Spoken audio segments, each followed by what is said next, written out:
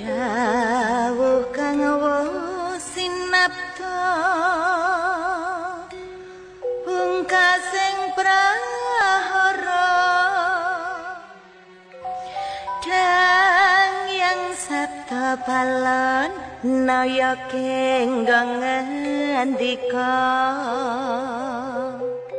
yen wis titiwanci bakal kasuwun bali jayaning nuswantara mawa pratandha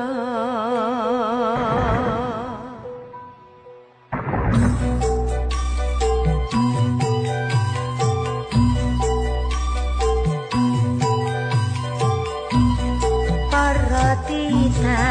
kang kinasih Gusti Allah padha mirengna pawarta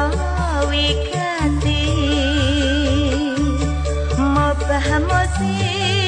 jaman kang wasinasi bakal rawuh utusan ing wektu iki nanging amijel manungsa sawangka kajibah maring pepeling marang tita hinarang jumlara ting lintang gemukos manungsa kang rakus bakal kapupus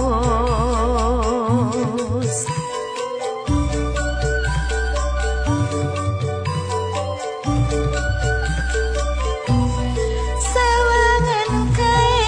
langit kapan gumelar tanpa mendung ning gelap mangampar-ampar para tita sliramu keenggal sadar bab kang wigati wis wancine kawedhar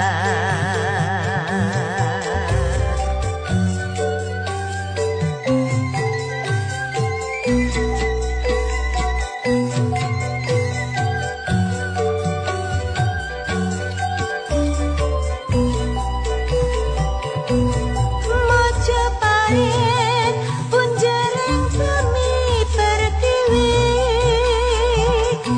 jaman wis gumanti Mojokerto puniki kaparing pratandha akehing prasasti kagem para kawula